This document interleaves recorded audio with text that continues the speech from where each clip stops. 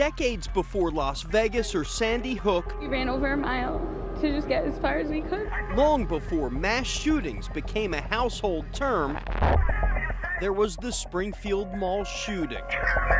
We had entered the mall on the upper level of the concourse, and we're just walking around. There's actually an art exhibit going on there. At 24 years old, Jack Laufer had just taken the exam to be a Pennsylvania State Trooper. On October 30th, 1985, he had just finished dinner on a first date. He took his date to the Springfield Mall in Delaware County. And we thought, oh, it's mischief night before Halloween, it's got to be a prank. But then it rapidly became obvious that it was causing sheer panic. We heard a series of loud pops.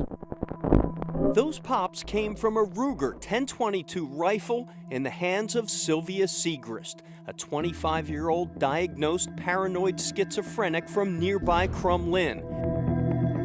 Packing a store-bought semi-automatic in the back of her Datsun B210, Seegrist, wearing green military fatigues, a knit hat, and black boots, started shooting in the mall parking lot.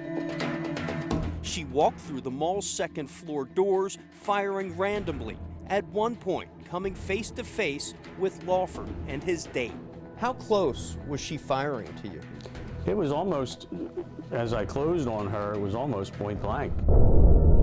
4 minutes after the violent rampage started, Laufer, who is now the chief of police for the city of Coatesville, is credited with disarming one of the nation's most notorious mass killers. At that point, she seemed a bit incoherent.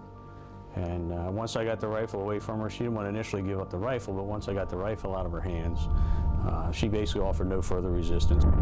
Seegrist killed 3 people, including a doctor and a 2-year-old boy. She wounded 8 more. Seegrist was found guilty but insane. She's now serving 3 life sentences in a state prison in Muncie, Pennsylvania. But 21 years after the Springfield Mall shooting, amazingly, it happened again. Jack Laufer found himself in the middle of yet another mass shooting. He elected to take the kids hostage one day in a one-room Amish schoolhouse in Bart Township, Lancaster County. Laufer was then the troop commander and one of the first responders to the Nickel Mine shooting on October 2nd, 2006. Gunman Charles Roberts took 10 girls hostage inside an Amish schoolhouse. He executed 5 of them and critically wounded the other 5. Pretty much a blur. We worked long hours between the investigation into the shooting and then also covering the 5 funerals for the girls. It was a long couple of weeks. Right. Nowadays, the seemingly daily reports of mass shootings brings Laufer right back to those 2 days years ago. It's good. You're looking well. Oh, so are you. So you have a blessed day. All right, you too, sir. Nice seeing you again. He says although law enforcement has come a long way in helping protect against mass shootings, society hasn't. We're better prepared, better trained to respond. As far as the community and society goes, you hate to say it, but have they become more hardened or just acceptive of the fact that this is meant to be, or not necessarily meant to be, but this is just modern times and the way we live?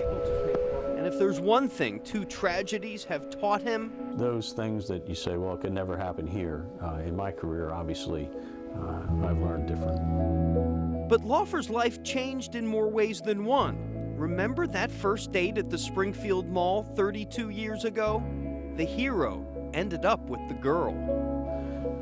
It's always there, and fortunately, like I said, I would go on to marry the girl that I was with the day of the Springfield Mall, and we've been married now for over 30 years and have 2 beautiful daughters. And it was definitely an interesting way to start a relationship. Chris O'Connell, Fox 29 News.